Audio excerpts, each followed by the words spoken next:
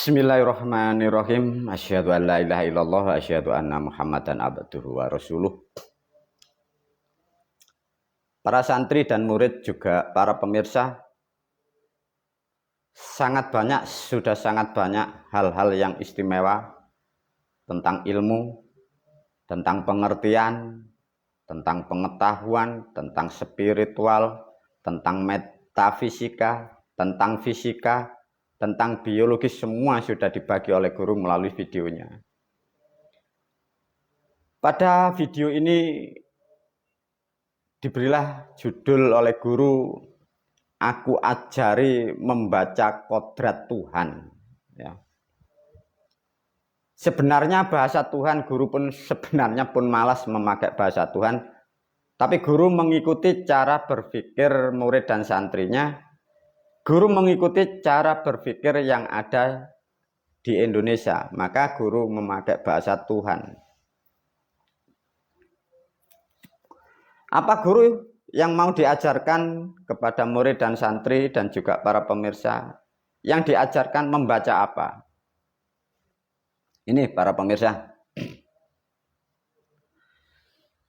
Dari video yang lain di kitab sudah dibagikan, ada yang disebut Iqra bismi rabbikal ladzi khalaq.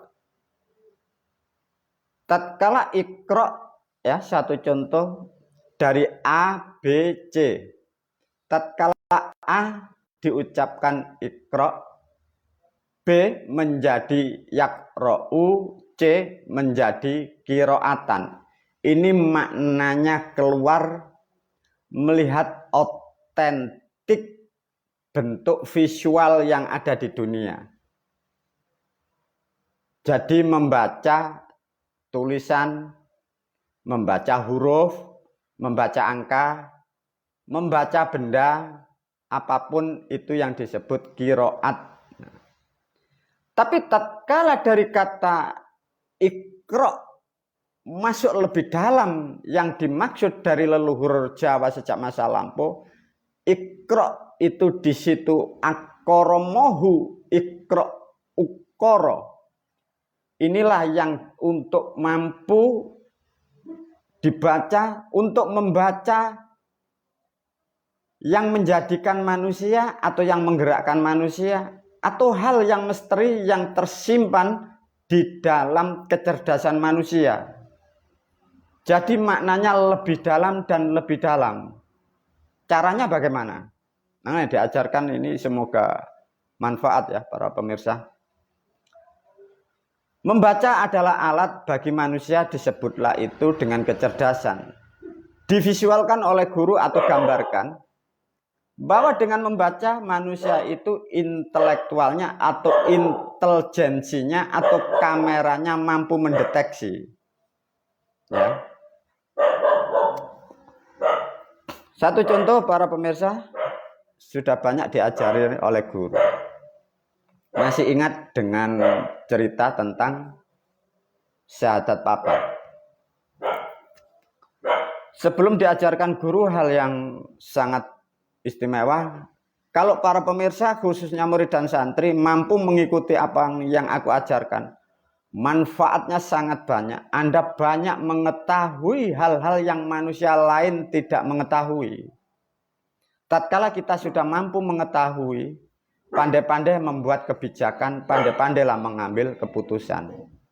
Ya. Kembali lagi pada syahadat papa.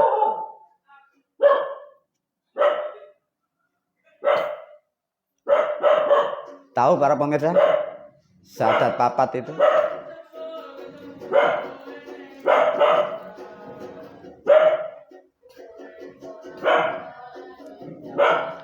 Ya, terganggu, ada pengamen.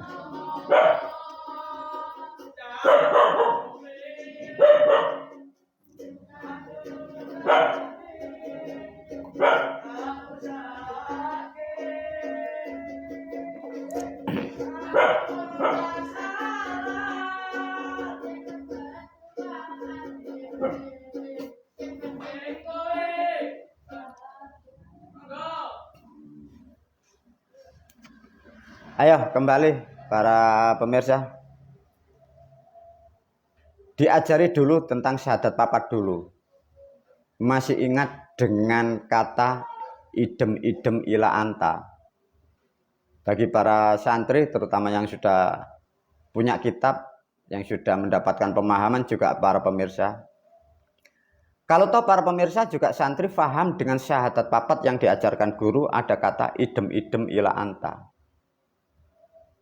Sekarang diuji oleh guru, para murid dan santri, juga pemirsa yang masih memahami kalimat itu.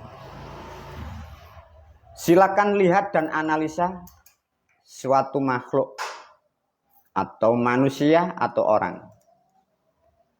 Makhluk itu atau orang itu bentuk keadaannya sebutlah sebagai gambaran tidak sempurna, bahasa yang umum, cacat atau ciri sejak lahir. Mungkin aja permisi guru mewakili suatu ilustrasi. Tangan atau kakinya itu ciri atau cacat. Si manusia itu faktanya seperti itu.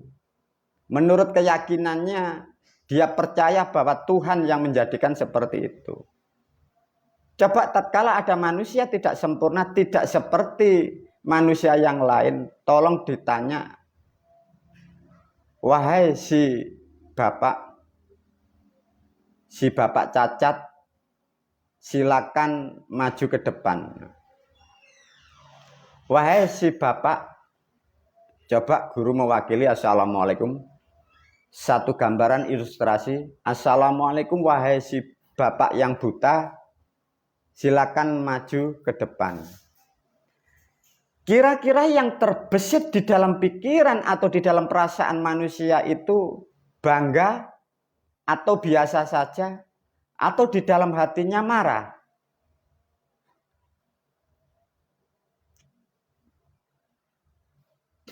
Ada manusia cacat dalam satu kelompok atau kumpulan, dipanggillah dia dengan keadaan faktanya seperti itu.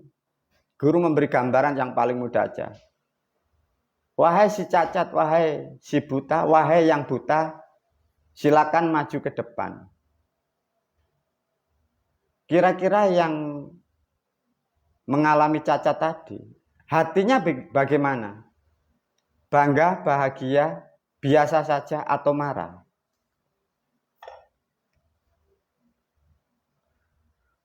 Kalau toh manusia itu marah, padahal faktanya seperti itu. Hukum negara mengatakan ya seperti itu. Bahkan manusia seluruh dunia mengatakan ya itu benar. Tatkala itu benar, mengapa manusia itu tersinggung? Mengapa si cacat itu tersinggung? Mengapa si cacat itu marah? Apa maknanya para pemirsa? Bagi kalian yang sudah mampu mengerti syahadat papat, kalian akan bisa menerangkan mengapa ya kok tersinggung, padahal faktanya seperti itu. Meskipun ditinjau dari aspek hukum faktanya begitu, tapi di dalam hati yang terbesit bagi manusia yang cacat itu kok tidak bisa terima. Itulah satu contoh memahami sesuatu manusia yang tidak mengerti mengapa ya faktanya seperti itu tapi kok tidak terima. Itulah yang disebut ukoro atau akoromohu. Membaca sesuatu yang tidak ketahui bagi manusia. Nah, itulah satu contoh. Untuk tahapan yang kedua, para pemirsa, ini diajak berpikir karena ini yang sangat penting dan sangat bermanfaat. Sama caranya diajari untuk membaca. Karena dengan membaca itu, para pemirsa, intelijensi Anda atau sensor Anda mampu mendeteksi. Tatkala bisa membaca, mampu membaca, kalian akan mampu mendeteksi. Tatkala manusia mampu mendeteksi apapun setelah dibaca, manusia ini akan mempunyai namanya ukuran. Makanya ukuran itu ditentukan dari deteksi dulu. Untuk deteksi manusia dibutuhkan sesuatu banyak hal. Satu contoh. Para pemirsa diajarkan, setiap manusia kadang selalu ingin berubah lebih baik. Selalu ingin berubah, mungkin yang kurang tampan ingin lebih tampan, yang kuat ingin lebih kuat, yang kurang cantik ingin lebih cantik. Yang kulitnya kadang hitam ingin lebih putih. Yang miskin kepingin lebih maju. Yang gagal ingin berhasil. Semua kodrat manusia ingin berkembang lebih baik. Satu contoh diajari oleh guru hal yang sangat istimewa ini.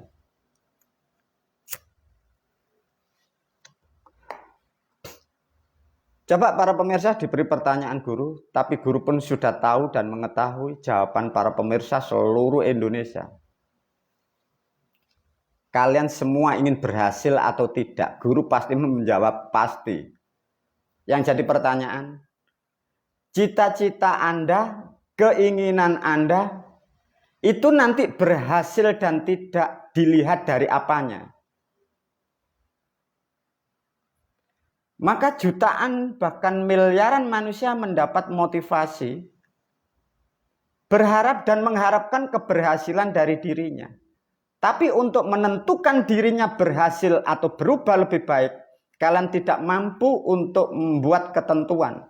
Anda tidak bisa mengetahui di mana Anda akan berhasil. Maka banyak manusia terutama di Indonesia hanya menunggu janji, hanya berharap dan terobsesi karena Anda tidak mampu mengukur diri Anda. Semoga video ini mampu mengajarkan para pemirsa khususnya murid dan santri agar kalian mampu dan bisa mengukur dirimu sehingga kalian akan tahu besok dan besok perubahanmu berapa persen. Satu contoh para pemirsa. Ada manusia itu ingin naik klasternya. Ada manusia ingin naik derajatnya. Ada manusia ingin hartanya tambah. Satu contoh guru memberilah ilustrasi. Ada manusia belum mempunyai rumah. Dalam usia banyak hal, banyak ukuran. Ada yang 25 tahun, ada yang 30, ada yang 40, bahkan ada yang 60. Bahkan ada manusia yang usianya 65 di dunia belum mempunyai rumah. Tapi semua pasti yang belum punya rumah berharap segera punya rumah. Mungkin dengan ritual, dengan ibadah, bahkan sampai melakukan hal-hal yang merusak dirinya dilakukan demi mewujudkan cita-cita. Diajarin oleh guru, lihatlah. Menciptakan, mewujudkan, menghasilkan sesuatu grafik di atas atau sesuatu yang besar digambarkan oleh guru membuat atau mempunyai rumah hunian. Syaratnya banyak atau sedikit? Ukur masing-masing. Syaratnya sangat banyak, meskipun ingin memiliki rumah yang tidak besar atau tidak mewah. Nomor satu paling tidak modal namanya uang, itu belum administrasi. Belum syarat-syarat di lingkungan yang harus dipenuhi. Belum cara membeli barang-barang yang berkualitas. Begitu sulitnya para pemirsa, kalau Anda tahu. Kalau Anda belum pernah ngalami, kalian tidak akan pernah tahu. Itu pun Anda kadang sudah punya uang. Membeli barang pun barangnya salah. Kadang barangnya Anda membeli sudah tepat. Tapi tim Anda atau tukang Anda pun tidak benar. Atau dia penipu atau bodoh. Kadang manusia itu tukangnya sudah bagus, bahannya bagus. Kadang tukangnya pun kena halangan. Begitu sulitnya suatu gambaran untuk mewujudkan hanya sebatas ilustrasi suatu rumah. Bila diberi pertanyaan oleh guru, artinya mewujudkan rumah itu butuh sesuatu yang besar atau yang kecil. Bagi yang belum punya rumah. Itulah yang disebut sangat besar. Untuk ukurannya bagaimana guru agar kita semua tahu bahwa aku akan mampu dan aku bisa. Satu contoh, dari tidak punya, ingin punya. Itu namanya berubah. Pahami sedikit. Pernah dengar kata jujur para pemirsa? Tatkala para pemirsa mengerti kata jujur, lantas yang dimaksud jujur itu apa? Jujur itu bagaimana? Itu pun guru bisa memastikan bahwa 80% kalian tak akan pernah mengerti apa yang dimaksud jujur. Sedikit diberi pertanyaan oleh guru. Terangkan menurut pemikiran Anda masing-masing makna dari kata jujur atau sifat jujur. Jujur itu suatu perbuatan atau suatu ucapan. Ucapan dan perbuatan bisalah disebut jujur. Yang jadi pertanyaan para pemirsa, pahami diri Anda masing-masing. Untuk jujur, untuk melakukan jujur, itu dibutuhkan sesuatu yang besar atau yang kecil. Suatu perbuatan jujur itu sulit atau mudah diajarkan oleh guru. Lihatlah perilaku bangsa manusia, lihatlah diri kita, lihatlah keluarga kita. Lihatlah pemimpin-pemimpin negaramu, Negara Kesatuan Republik Indonesia. Lihatlah pejabat-pejabat di Indonesia. Lihatlah guru-guru Anda di luaran sana. Bila ditarik kesimpulan untuk perbuatan yang disebut jujur tanpa modal, tanpa uang, tanpa tenaga, tanpa material, tak banyak manusia yang mampu untuk melakukan jujur. Tatkala untuk jujur aja sudah tidak mampu, apalagi kalian akan mikul beban uang, administrasi, untuk membentuk, mewujudkan cita-cita Anda. Maka mengapa begitu banyak di Negara Kesatuan Republik Indonesia, banyak manusia yang susah, karena kejujuran pun Anda tak mampu untuk melakukan, padahal itu tidak membutuhkan apa-apa, tidak untuk berkorban apapun. Tapi faktanya, para pemirsa dan di luaran sana, kalian hanya jujur aja tidak mampu. Apalagi bikin rumah 4 lantai, 5 lantai. Apalagi untuk mewujudkan negaramu yang baldatun thayyibah. Sedangkan pemimpinmu dan pejabatmu semua adalah para pembual. Itulah negaramu rusak sampai waktu yang tak terbatas. Itulah satu contoh para pemirsa. Jujur aja tidak mampu, apalagi mewujudkan sesuatu hal yang sangat besar. Dengan demikian apa para pemirsa? Ukurlah diri Anda masing-masing. Tatkala Anda mampu mengukur diri Anda mampu sekuat tenaga merubah dirimu dari hal-hal yang tidak baik. Artinya Anda sudah mulai mempunyai kekuatan dan kemampuan. Kekuatan dan kemampuan itulah yang akan mewujudkan cita-cita Anda. Yang jadi pertanyaan, bagi para pemirsa baru sadar di tahun sekarang. Lantas bagaimana tatkala Anda sadar pada tahun ini, sedangkan usia Anda sudah 70 tahun. Lantas bagaimana kalau belum punya rumah?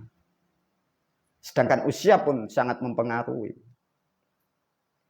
Itulah para murid dan santri, merubah perilaku kita, merubah perilaku Anda tentang jujur ada begitu sulit.